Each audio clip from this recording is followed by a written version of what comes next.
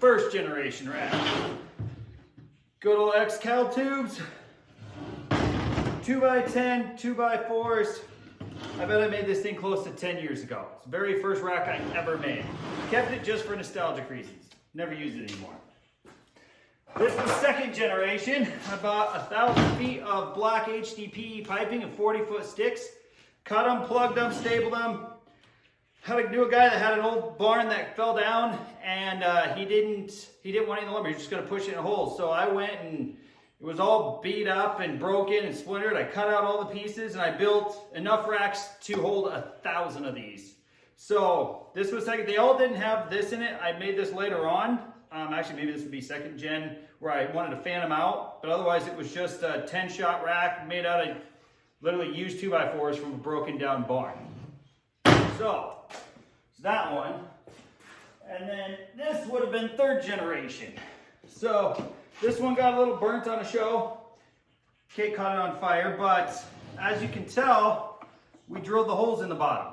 And if you guys remember, a couple years ago, Cody had posted a video, and I'll put the link in the description of that video. Actually, this was when that was when I had actually first came up with the idea of drilling the holes in the bottom and dumping the lift cup in. So these we do still use. I have a whole pallet of them already ready to go for shows, but we just use these for finales now. So they just get white fused and fire off instantly in finale.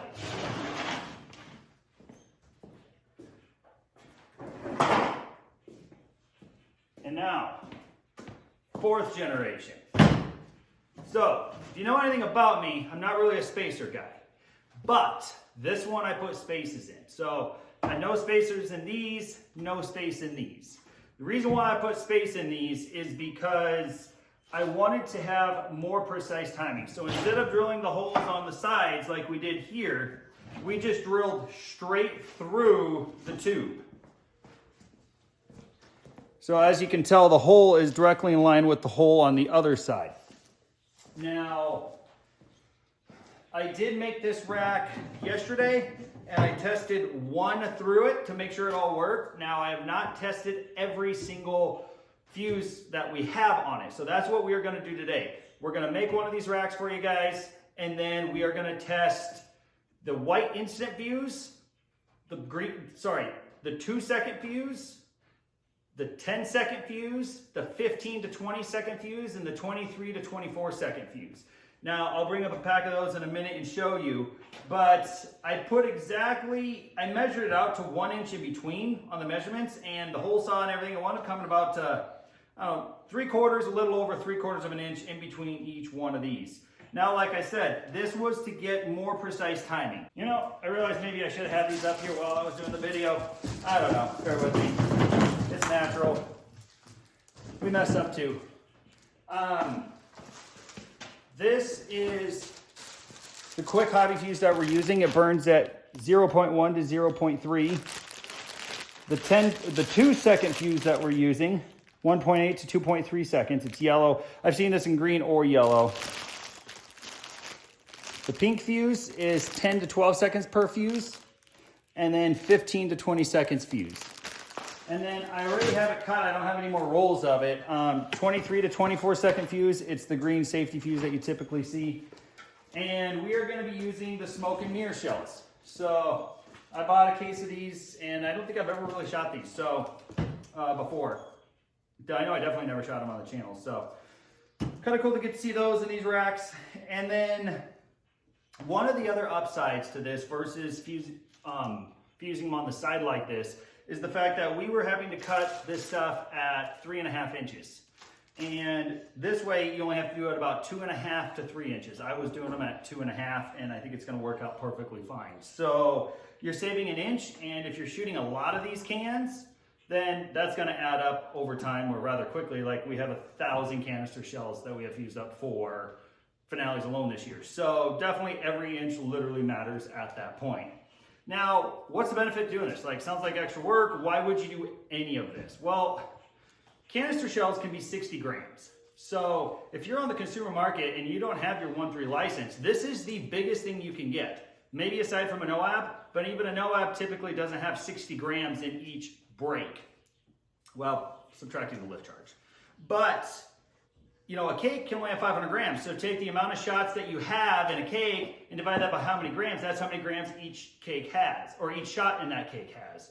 So you're getting way, way larger breaks and then creating the consistency of a cake because now your fusing is timed. That fuse, this fuse right here that burns down in, when you drop it in, you light this fuse, it burns inconsistent every single time. You would never get these to fire just at perfect pace that you may desire, whether that's at 10 shells in 25 seconds or 14 seconds or whatever this winds up coming out to, which you'll see in a bit. You can script that into your show and land darn near perfect timing every time with this style of fusing with canister shells. And it really, really adds a lot to your show. So with that being said, let's get one of these built and then show you guys how they work in action.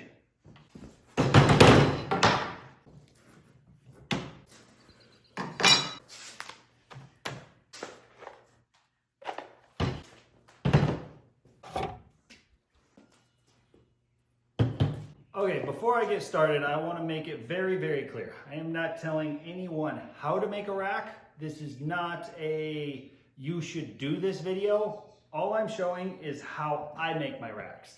What you do, if it works for you or it doesn't work for you, not on me. I'm not saying to go do this in any way, shape, or form.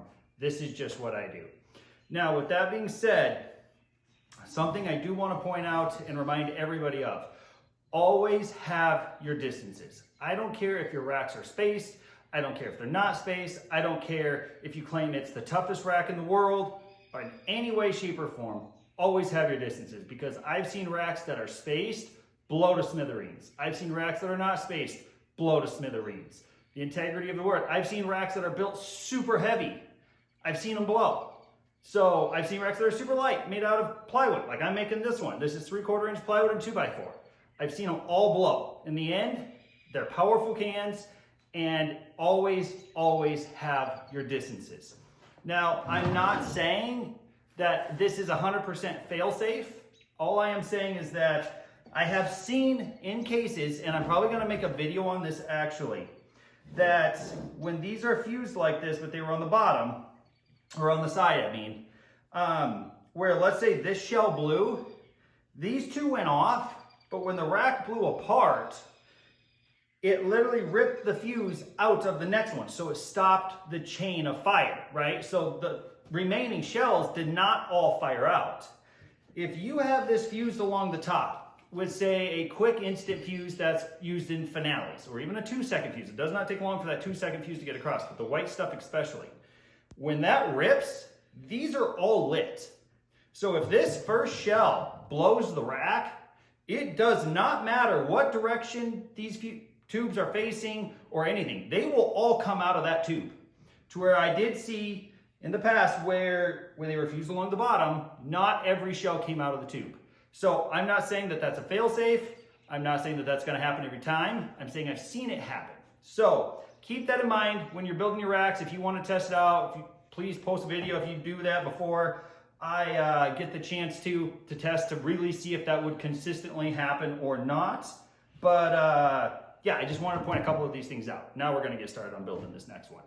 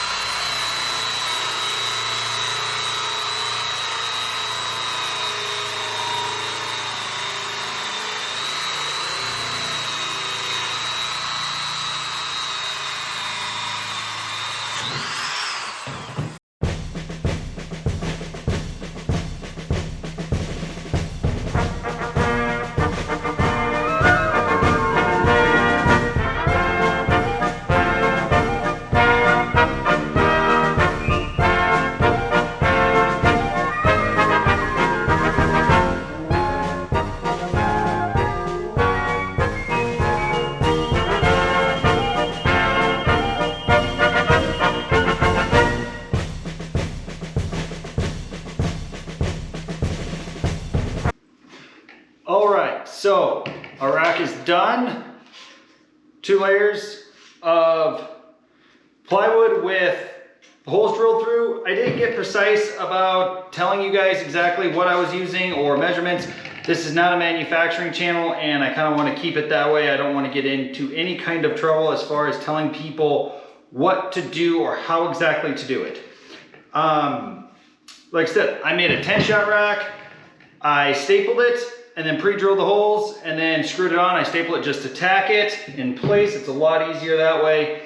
And now we're just gonna drop our tubes in. Like I said, I use the drill press because I wanted it to be straight through down the middle. I would suggest lining up the holes. You know, if you're off to the side at all, then one hole's gonna be here, one hole's gonna be off, and you're not gonna have as precise a timing. So, super simple, just pop them in like this, and you're about ready to go. We are going to be using, we're going to start with the slowest fuse and work our way to the fastest fuse. That's just because then maybe we'll have a little bit, you know, kind of a finale because that instant fuse is so fast. I'm just kind of working my way up in speed. Now I will show you, I'm not going to show you loading every single different fuse. We have our 23 to 24 second fuse here and they are pre-cut as you can tell. So I'm going to move the camera down a little bit and show you how we do this when we get started. All right, I'm not a filmmaker, I'm a pyro guy, so I'm going to try to do this as best I can. I got it zoomed in a little bit here. So you're going to take your fuse and I'm just going to kind of turn the tube a little bit and you're going to put it in the first one, put it in the second one there like that. Make sure it's kind of even either side. Like I said, that's a 2.5 inch fuse. And you're gonna see that distance right there. And that's gonna hold together pretty consistently all the way along as long as I drilled my holes right. So I'm gonna do it on this side because it's easier for me. So as you can tell, we've got everything lined up. That's pretty close to the exact same distance, meaning you're gonna get real good consistency through here. Now, you may be thinking, how are you gonna load these up? How are you gonna get this fuse lit? I use a brass awl and I just poke. There's a little cardboard, I don't know, cap you could say, on the bottom of the shell. And that exposes the lift charge. So if you just take the lift charge and dump it in like that, boom, it's loaded. As soon as that fuse comes across, it's gonna light it. So what I always like to do is I'll line up all the shells here so that way I know which one I already loaded. Now, you run almost no risk of double loading. That's the beautiful part about this, is because if you line them up like this, you pick this canister shell up, you peel the bottom off, and you dump it in, and you go to the next one. The other thing about that is it's nearly impossible to load them upside down. Why would you peel it off and then load it upside down? It's pretty evident of how to load this. Now you think normally with canister shells, but people would know that. However, this is near fail proof as far as loading them upside down and them coming out. Now, even if you did load it upside down, let's say you did do that. The beautiful part about that is that the lift charge is already in there. So it's still gonna come out of the gun. So no matter what, if you load this upside down or normal, it's not gonna blow up in your rack. So another positive about doing it this way. So you would just continue along, load it up. We're gonna put a fuse on the very end, and then we're just gonna hand light this. So now something that I learned when the first time I ever built one of the original racks like this is that if you don't secure this fuse somehow, because it's not an extremely tight fit in there, it'll actually blow that fuse out. And so what we do, and granted, I've heard a lot about this. I was down at Winter Blast in PGI, doesn't matter. I've seen a lot of shell builders using hot glue guns at these events. So just stick it on the low setting. You will be I've been more than fine as far as using a hot glue gun, and I have seen many, many other pyros in professional settings using it. So just go in the middle here and put a little bit of hot glue in there.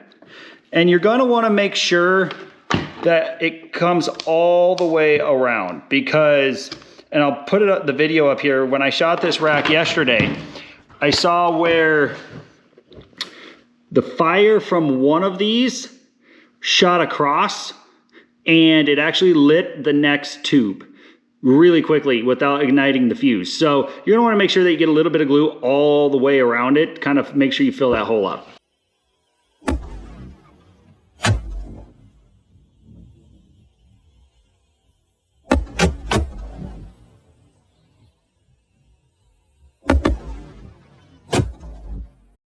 And when you're done, it's gonna look a little something like that. So that's it. We got it all loaded up, fused up, glued in, and it is ready to rock. Now, after you fire this, you're gonna have a little bit of glue residue on the outside. I just take a putty knife, scrape it off, and then take the same size drill bit and just kind of run it through there. Make sure there's no glue residue inside of it, and you'll be able to refuse this right back up and use it again. So I'm excited to see how this rack performs with all the different fuses. Like I said, we're gonna run the 23 to 24 second fuse, 15 to 20 second fuse, 10 second fuse, basically 2 second, and then the instant fuse. You can also use this with an igniter and a firing system. I would just poke the side of the shell, put the igniter in there with the shroud, and then drop it in. A lot of times you can drill a little hole on the corner and then of your rack here or something, and then just kind of tie it through there so that way it doesn't rip out your mod when the shell comes out. And you can also use a firing system with this. That's what I intend to do. Also, we are gonna throw some support legs on here just to make sure, because this rack could very easily tip. So I'm gonna put legs on here going out the sides to support this. If you had multiple racks, then like I probably will, firing at different times in the show, I'll just line them up, screw a board into it, and then they'll be stabilized and perfect for that. And no, this isn't my normal workbench. I have a different project on my other workbench going and didn't want to have to move all that. So I just whipped the table out, did it on this bench.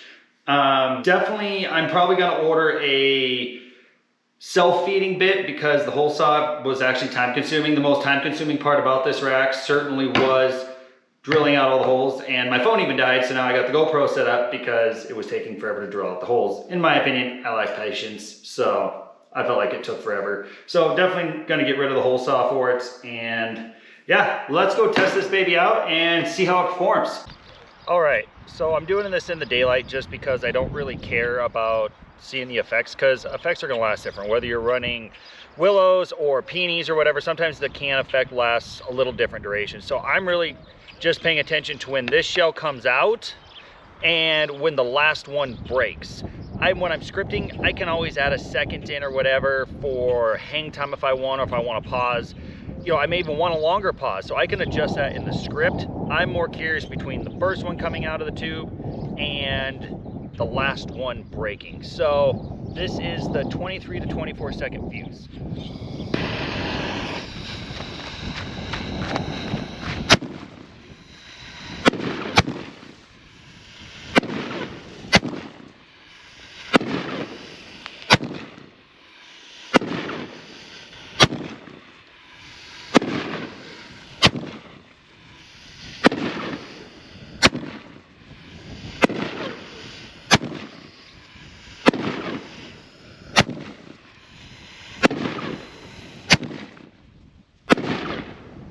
All right, 15 to 20 second fuse. Let's see how this pace performs.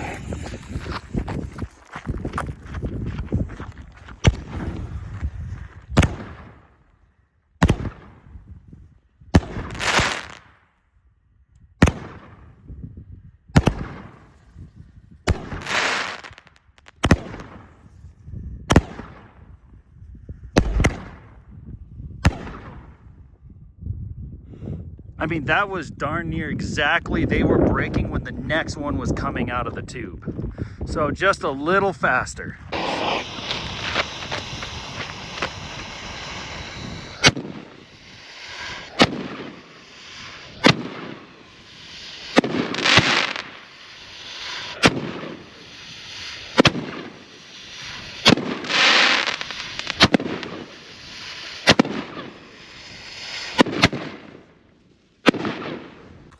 All right, this is the pink hobby fuse, I think it is, the 10 second per foot.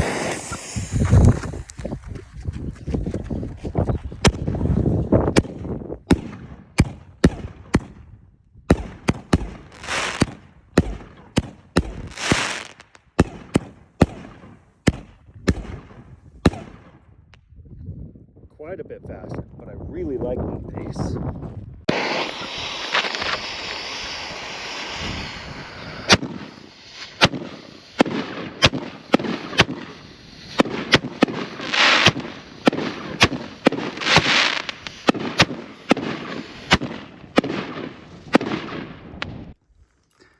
All right, this is the 2 seconds per foot fuse.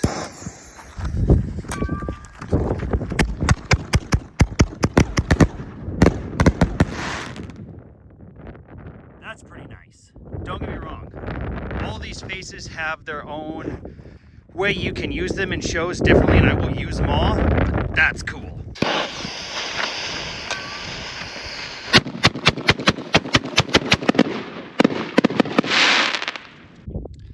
And last but certainly not least, we have the white instant fuse for a finale. Let's see how fast this is.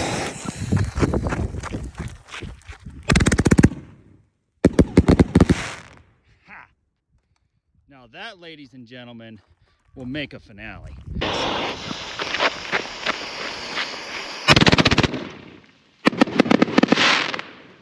So, I can tell you right now, you're never going to get that fast of a lift instantly out of fusing them across the top. Super cool effect getting a finale that fast. I'm gonna actually play a couple finales that I did over the years with that fusing method with the white instant fuse. It's pretty badass. So anyway, hope you guys enjoyed, and we'll see you in the next one. Please like and subscribe.